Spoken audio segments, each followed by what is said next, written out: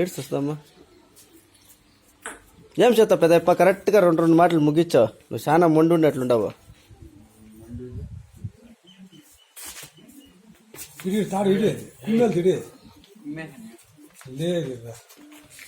కుడితి కల్లాడుతాండి దిడరారు అంత లూజుగా.